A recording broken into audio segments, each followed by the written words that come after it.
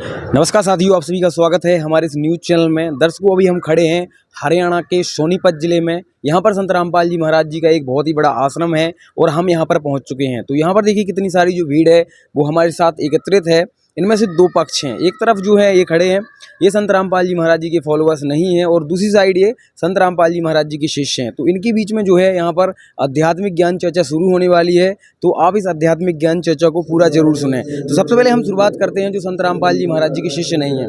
नमस्कार जी, क्या नाम है आपका? मेरा नाम ज्ञान सिंह मीणा है। सर, आपका यहाँ पर कैसे आना हुआ? मैं सर यहाँ पर कुछ लोग थे, भगत लोग संत रामपाल जी महाराज जी के, तो उन्होंने मुझसे कहा कि आप हमारे यहाँ गुरुजी के यहाँ धनाना धाम चलो। तो मैंने कहा चलो ठीक है, देख लेते हैं क्या होता है तुम्हारे गुरुजी के यहाँ पर। तो मैं उस विचार से यहाँ पे आया था। कैसा लगा आपको यहाँ पर? व्यवस्था तो अच्छी है, यहाँ पर सब कुछ बढ़िया दिख रहा है। खाने पीने की व्यवस्था भी अच्छी है, सब कुछ बढ़िया है। रहने करने सोने करने की व्यवस्था, खाने पीने की व्यवस्था, नहाने धोने की व्यवस्था बहुत अच्छी है। क्या कहना चाहोगे आप संत रामपाल जी महाराज जी के बारे में? क्या है कि हमारे इधर ये लोग जो भगत जो लोग बने हुए हैं वो हमसे ये कहते हैं कि संत रामपाल जी महाराज जी ये कबीर साहब जी की भक्ति बताते हैं और ये पूर्ण परमात्मा है।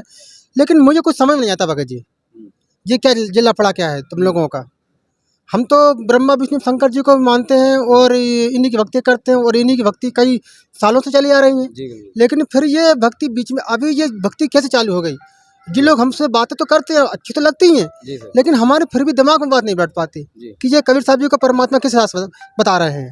सर देखिए, इनका सवाल है कि ब्रह्मा विष्णु महेश की ये भक्ति करते हैं, लेकिन यहाँ पर आकर हमें ऐसा लगा है कि संत रामपाल जी महाराज जो है ब्रह्मा विष्णु महेश की भक्ति छुड़वा कर किसी अन्य परमात्मा कबीर साहब की भक्ति बताते हैं। तो इस बारे में आपका क्या कहना है? सबसे पहले आप अपना परिचय दीजिए, इसके बाद इस क्वेश्चन का जवाब दीजिए। देखिए सर, मेरा नाम हेमंत दास है। मैं जिला निवाड़ी एमपी का रहने वाला हूँ। और जो भाई ने कहा है कि ब्रह्मा विष्णु महेश की पूजा करते हैं, भक्ति करते हैं, वही सर्वश्रेष्ठ हैं। और यहाँ पर ऐसा कुछ नहीं है कि जो ब्रह्मा विष्णु महेश की भक्ति छुड़वा देते हैं संत रामपाल जी महाराज। तो मेरा कहना है कि संत रामपाल जी महाराज जी किसी भी देवी देवता की भक्ति को नहीं छुड़वाते हैं।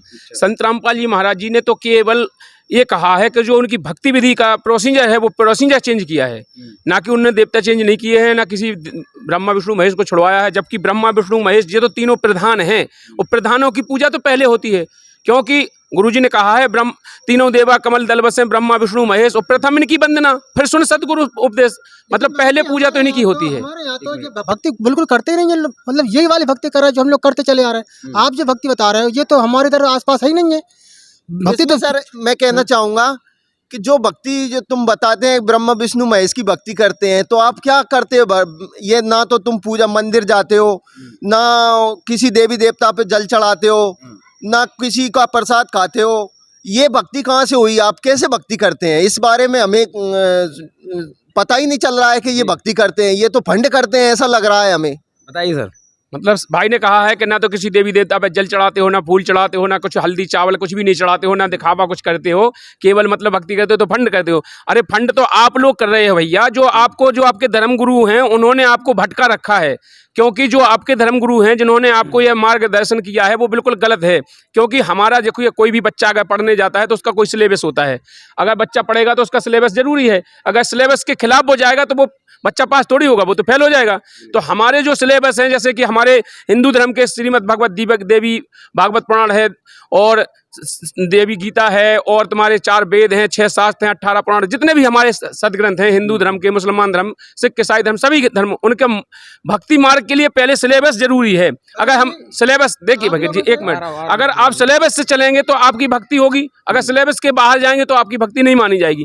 तो हमारा कहने का मतलब है कि हम सिलेबस के आधार से भक्ति करते हैं। जो हमारा सिलेबस है वो भाई बताने वाला गुरु होना चाहिए, उस सिलेबस के पढ़ने वाला होना चाहिए, अधिकारी होने चाहिए। जैसे गुरु ना हो, जैसे बच्चा है अपना पढ़ने के लिए जाता है, और कोई गुरु अगर अनपढ़ हो उसे बैठा दो, हम कहें हमारा तो यही गुरु है, यही पढ़ाएगा, उसे किताबों का नॉलेज नहीं होगा तो वो क्या पढ़ाएगा? आज तक सर आप कहना चाहूँगा, आज तक ये धर्म गुरु बने हैं तो इनको कोई ज्ञान नहीं है। ये अपने ये भी तो पढ़ के बताते हैं, इतने दिनों से ये गुरु बने बैठे हैं। तो आपका कहना मतलब ये है कि ये इन्हें कोई ज्ञान ही नहीं है।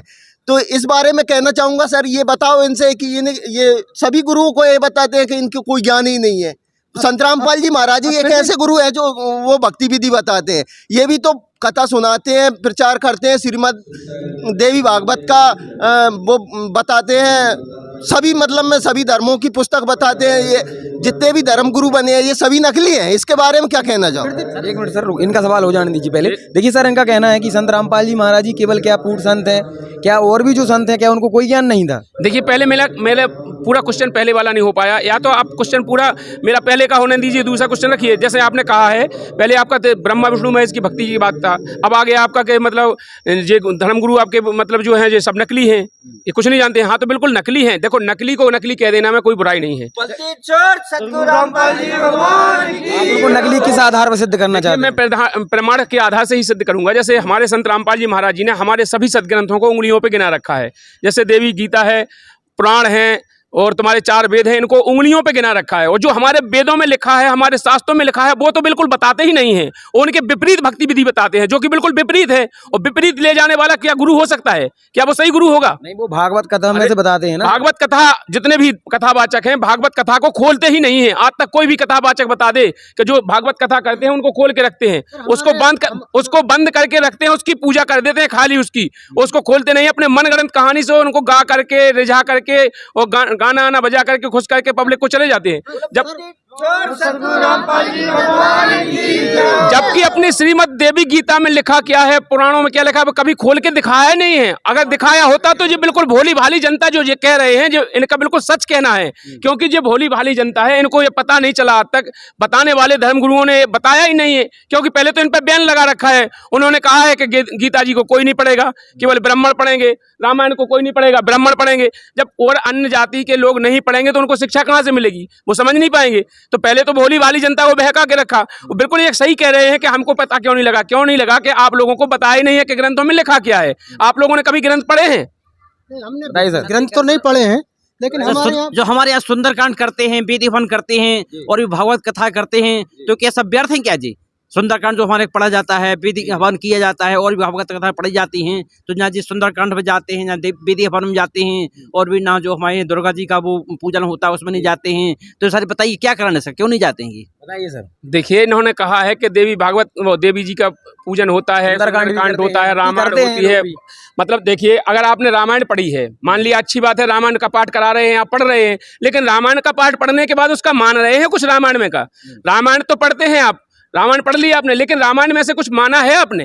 अगर रामायण को नहीं मानते हैं तो पढ़ने से क्या लाभ होगा? अगर रामायण में लिखा है, आपने रामायण का कहा है, रामायण में लिखा है पहली भक्ति संतन कर संगा, दूजी भक्ति मम कथा प्रसंगा, फिर नाम जाप कर दृढ़ विश्वासा, पंचम भक्ति वेद प्रकाशा। 5वें वेद में भक्ति का प्रकाश है, इन 4 वेदों में भी प्रकाश नहीं है उतना। सर हम कहना चाहेंगे कि वही तो करते हैं हम, जैसे श्रीमद् भागवत गीता जो पढ़वाते हैं, बड़े बड़े टेंट लगाते हैं, उनको पंडित जी को बुलाते हैं, फिर हम उसमें दान भी करते हैं। तो ये प्रथम संत हमारी मतलब में वो होती है, हमारी भी तो भक्ति है ये। आप कहते हैं कि भाई ये तुम नहीं करते हो, हम इनको पढ़वाते हैं, उसमें बैठते हैं। अब हम नहीं पढ़ते तो क्या हुआ, लेकिन ये ब्राह्मण तो लोग पढ़ते हैं ना, तो उससे हमारा काम चल जाएगा पूरा। ऐसा कैसे सकता है कि हम भी भक्ति कर रहे हैं, हम भी संतों का समागम में जाते हैं सर? देखिए सर, मेरा कहने का मतलब बिल्कुल सही है, आप कह रहे हैं बिल्कुल सही कह रहे हैं, लेकिन मेरा कहने का मतलब है थोड़ा आप जागरूक होइए। जैसे कि आपके चैनल के माध्यम से मैं इसलिए कहना चाहता हूं कि जनता को जागरूक होना चाहिए। जैसे आप खाना खाएंगे तो हम अफर जाएंगे, अगर आप खाना खा लेंगे तो हम अफर जाएंगे? बताइए, आप अफर सकते हैं? अरे जो खाना खाएगा वही तो अफरेगा। जबकि रामायण स्पष्ट कह रही है ना कि नाम जाप कर दृढ़ विश्वासा, पंचम भक्ति वेद प्रकाश। नाम जाप करते हैं ये लोग भी? सर हम नाम करते हैं, हम भी राम राम करते हैं, जय श्री कृष्ण राधे राधे करते हैं, ये सब हम भी तो करते हैं। हनुमान चालीसा करते हैं और हम कथा बचवाते हैं, श्रीमद सत्यनारायण भगवान की कथा बचवाते हैं, ये हम भी तो करते हैं सर। हम तो देखो और शंकर भगवान पे जल चढ़ाते हैं। गणेश जी को अब जैसे 9 दुर्गा चल रहा है तो इसमें जय माता दी का वो लगाते हैं, हम 9 दिन तक व्रत रखते हैं। तो ये हमारी भी तो भक्ति है सर, इसमें तुम्हारी और हमारी में बताओ अंतर क्या है? देखिए सर, जो आप कह रहे हैं बिल्कुल सही कह रहे हैं, लेकिन हमारी तुम्हारी जमीन आसमान का फर्क है। आपकी भक्ति में हमारी भक्ति में जमीन आसमान का फर्क है। क्यों फर्क है? कि आपने जो नाम जाप करते हैं, आपको कौन से गुरु ने बताया कि ये प्रमाणित मंत्र है, इसको जाप करने से मोक्ष होगा? बताया आपको किसी गुरु ने? बताया तो नहीं। देखो जैसे बताते हैं कि भाई राम राम, तो बताइए कि उल्टा जब उल्टा नाम जपे जब जाना, वाल्मीकि हुए ब्रह्म समाना, तो राम राम करने से वाल्मीकि ब्रह्म समान हो गए राम राम कहने से।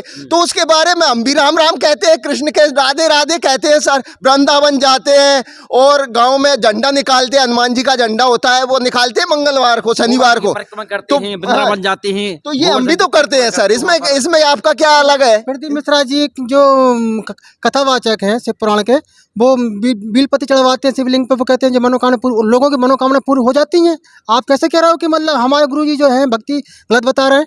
बताइए सर। देखिए मैं आपको बताऊं, मैंने शुरू से एक ही बात कह रहा हूं, मैं फिर उसी बात पे आता हूं कि जब तक सिलेबस को अपन नहीं मानेंगे और सिलेबस के आधार से नहीं जाएंगे तो मनमाना आचरण ही होगा। हमारे गीता जी में लिखा है, अध्याय 16 के श्लोक नंबर 23 में कहा है कि जो पुरुष शास्त्र विधि को त्याग कर अपनी इच्छा से मनमाना आचरण करते हैं, ना तो उनका मोक्ष होता है, ना गति होती है, ना किसी प्रकार का सुख होता है। फिर 24 में कहा है तुरंत कि हे अर्जुन, इसलिए तेरे कर्तव्य और अकर्तव्य के लिए शास्त्र ही प्रमाण है। शास्त्र के आधार से चलेगा तो तेरा कल्याण होगा, नहीं चलेगा तो नहीं होगा। तो आप लोग शास्त्र के विरुद्ध साधना करते हैं। कहीं गीता जी में, पूरी गीता को आप देख लीजिए, कहीं भी राधे राधे जाप नहीं लिखा है, कहीं भी राम राम जाप नहीं लिखा है, कहीं कृष्ण कृष्ण जाप नहीं लिखा है, कहीं नारायण जाप नहीं लिखा है, कहीं ओम नमः शिवाय नहीं लिखा है। आप बताइए कहाँ लिखा है? आप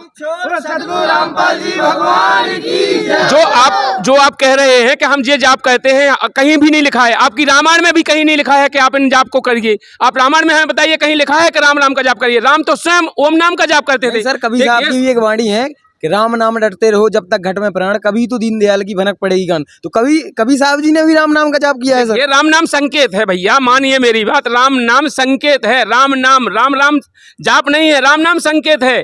देखिए गीता जी के अध्याय 17 के श्लोक नंबर 23 में फिर कहा है कि ओम तत्सत इति निर्देश। 3 प्रकार से जो भक्ति को करेगा, ओम नाम, ओम तो सीधा है लेकिन उसका तत्व सत संकेतिक है, उसको बताने वाला जो तत्वदर्शी संत आएगा वो बताएगा। अपनी गीता जी की अध्याय 4 के 34 में कहा है उसके लिए कि हे अर्जुन, उस तत्वदर्शी संत की शरण में जा, सरलता पूर्वक दंडवत प्रणाम कर, कपट भाव छोड़कर, वो तुझे ज्ञान उपदेश देगा, उससे तेरा कल्याण होगा। ऐसे तो सर रामायण जी में भी तो है, कलयुग केवल नाम अदारा, सुमर सुमर नर उतरे पारा। राम नाम, राम जो राम है वो राम राम करते हैं, हम भी तो करते हैं सर। उसमें भी करवाते हैं हम लोग, अखंड रामायण का पाठ करवाते हैं, सुंदरकांड का पाठ करवाते हैं। तो इससे कोई लाभ नहीं है? 24 घंटे पाठ करा राम राम राम राम करते हैं सर, हम भी तो करते हैं राम राम। बताइए सर। हम ये बोल रहे हैं कि गीता का प्रमाण बता रहे हैं कि गीता में ये लिखा है, गीता में ये लिखा है। और तुम अरे गीता का ज्ञान ही किसने बोला? ये तो पूछ लो। गीता का ज्ञान कृष्ण जी ने बोला और हम कृष्ण जी को मानते हैं। हमने सारी गीता मान ली।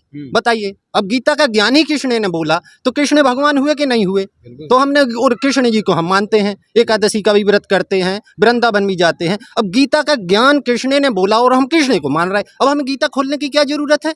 बताइए सर, इस बारे में क्या ख्याल है आपका? आप गीता जी को बिल्कुल नहीं मानते हैं ना, आप कृष्ण जी को मानते हैं। अगर आप कृष्ण जी को मानते हैं तो कृष्ण जी ने स्वयं, जब इंद्र की पूजा होती थी तो कृष्ण जी ने बंद कराई थी। सभी ब्रजवासियों से कहा था कि किसी की पूजा नहीं करना है, केवल उस परमात्मा की पूजा करना है। इस पर इंद्र रुष्ट हो गया था। तब इंद्र रुष्ट होने के बाद वहां पर उसने मेघों से वर्षा कराई थी। मेघों से वर्षा होने की रक्षा करने के लिए कृष्ण भगवान ने गोवर्धन पर्वत उठाया था।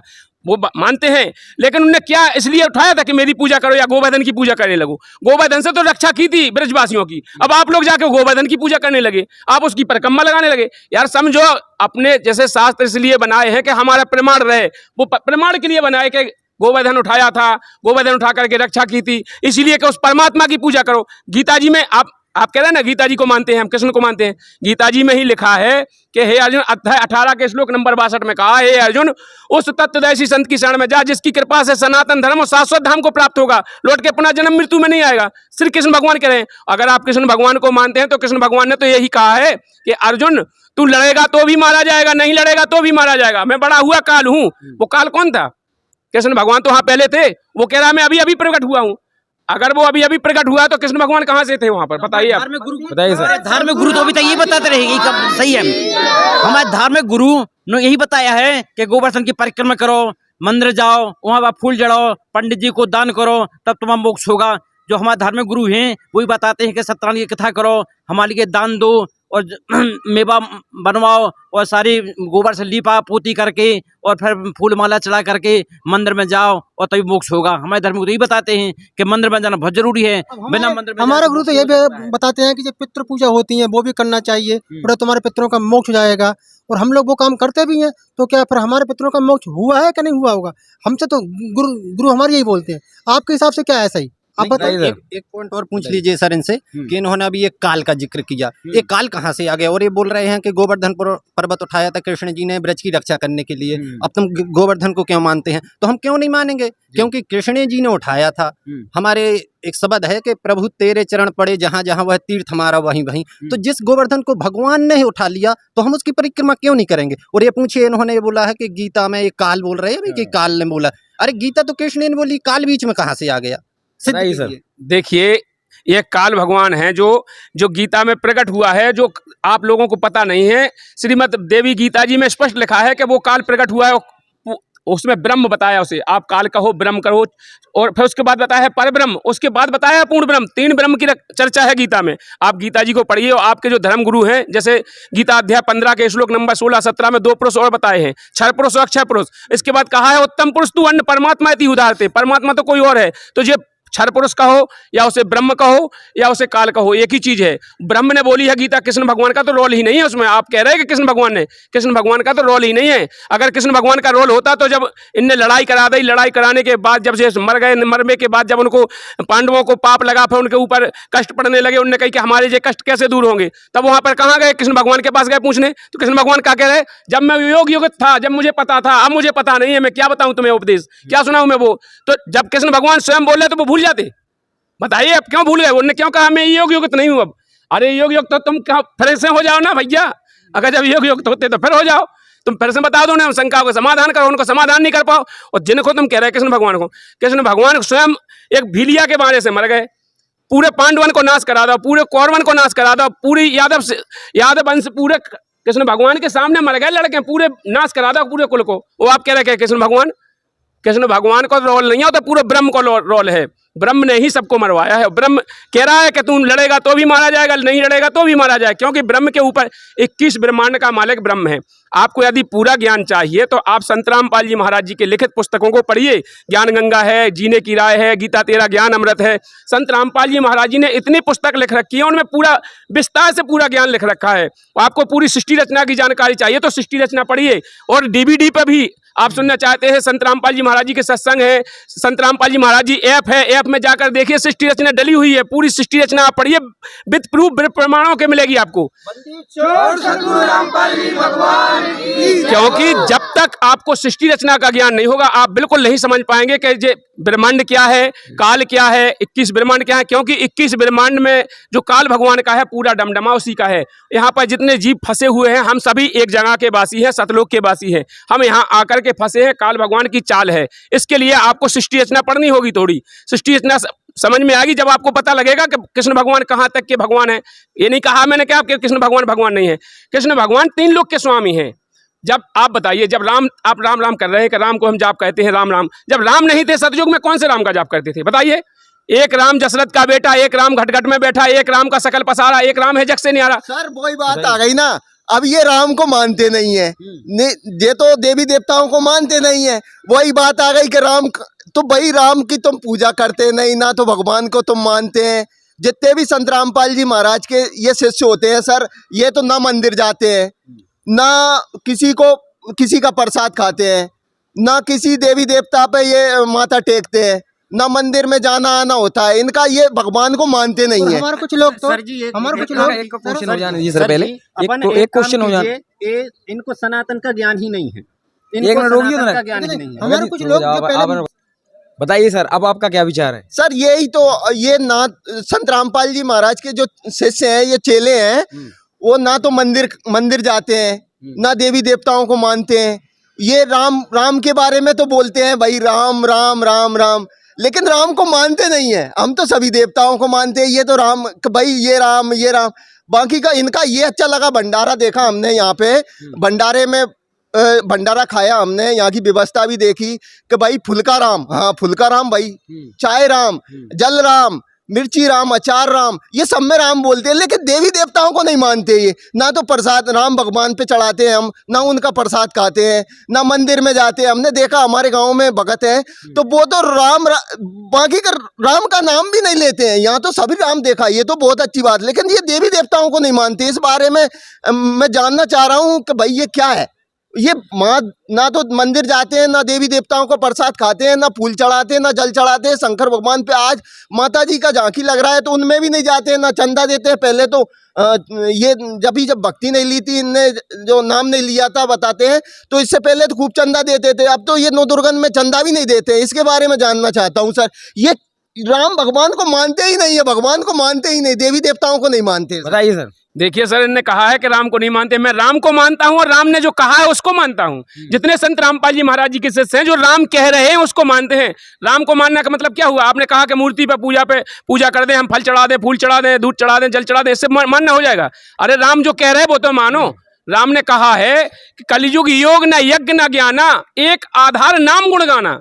रामायण कह रही है आपकी, रामचंद्र जी रामचरितमानस में लिखा है ना, कलयुग योग न यज्ञ न ज्ञाना, एक आधार नाम गुण गाना। कलयुग के अंदर कोई पाखंड करने की जरूरत नहीं है जो आप पाखंड करते हैं। आपकी रामायण कह रही कलयुग के अंदर केवल नाम, केवल शब्द लिखा है। अगर यहाँ दुकान लगी होगी, अगर दुकान में से आपसे कहेंगे केवल माचिस उठा के ले आओ, तो माचिस उठा के ले आओगे कि पूरी दुकान समेट लोगे? बताइए आप। जबकि आपकी रामायण में केवल शब्द इसीलिए लगा रखा है कि कलयुग केवल नाम आधारा, समय समय न रुत रह पारा। कलयुग योग न यज्ञ न ज्ञाना, एक आधार नाम गुण गाना। कलयुग के अंदर पाखंड करने की जरूरत नहीं है। हम इसलिए संत रामपाल जी महाराज जी ने कहा है कि हमको पाखंड नहीं करना, हमको उस भगवान की प्राप्ति करना है।